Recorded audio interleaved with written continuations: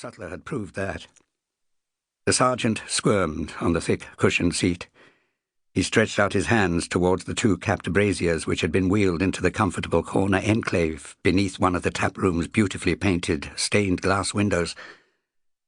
Sutler had proved how Lady Isolda had helped her failing husband through the gates of eternity with a goblet of rich posset, generously laced with the most deadly poison. At first she had protested her innocence. An easy enough task for a beautiful young woman like Isolda, with her corn-coloured hair, slow blue eyes, and lips full and generous as the rose.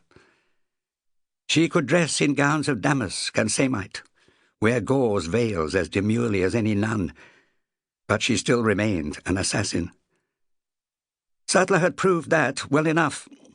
His only regret was that her accomplice, the clerk, Reginald Vanner, had fled, mysteriously disappeared. Sutler comforted himself that it was only a matter of time before Vanner was seized and thrown into Newgate. Reginald Vanner, formerly clerk to Sir Walter Beaumont, had been put to the horn, proclaimed as a murderer with a bounty on his head. £30 sterling if he was brought in alive, 15 for the head only. Vanner had been proclaimed ut legatum, beyond the law, a wolf's head who could be slain on sight. Sutler sipped at the silver tankard, his own, which the taverner kept specially for him. He reminisced on his recent great triumph. He had received the personal thanks of the Regent, as well as those of Gaunt's nephew, the young King Richard II. Such royal gratitude had been expressed with the grant of land in Middlesex, a small manor, but one with fertile fields, a well-stocked carp pond, and a thick, rich copse of trees. Sutler cradled the tankard between his hands. Lady Isolda and her accomplice Vanner had considered themselves very subtle. Their crime had been perpetrated in a matter of seconds, a few heartbeats, but Sergeant Sutler had been more cunning than either. "A relic, sir. A true relic from the holy blood of Hales." The sergeant glared at the tinker, dressed in a motley collection of rags, a felt cap on his tattered grey hair, his scratched leather jerkin festooned with miniature cockle-shells, amulets and brooches which boasted, at least in theory, that he had visited all the great shrines of the kingdom and beyond.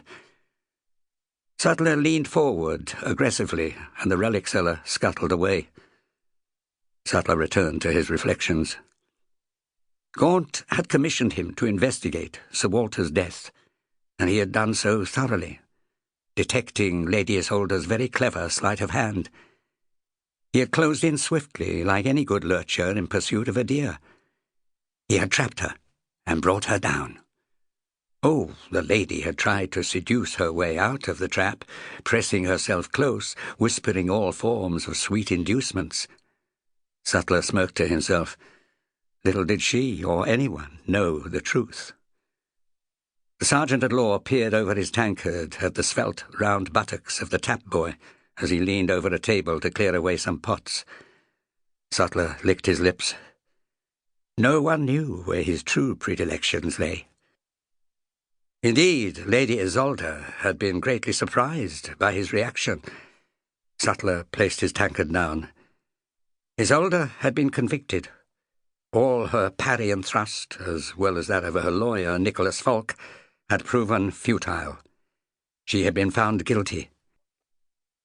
Justices Tressilian, Gavelkind, and Daniel had imposed the ultimate horrid penalty for the murder of her husband by his wife.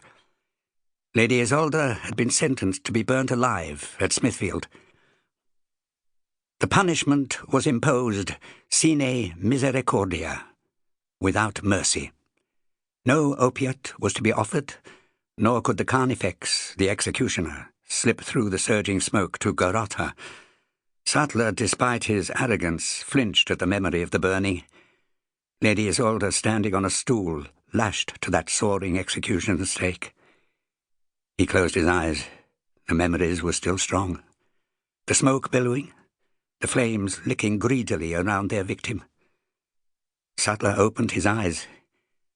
He wondered why Lady Isolda hadn't bargained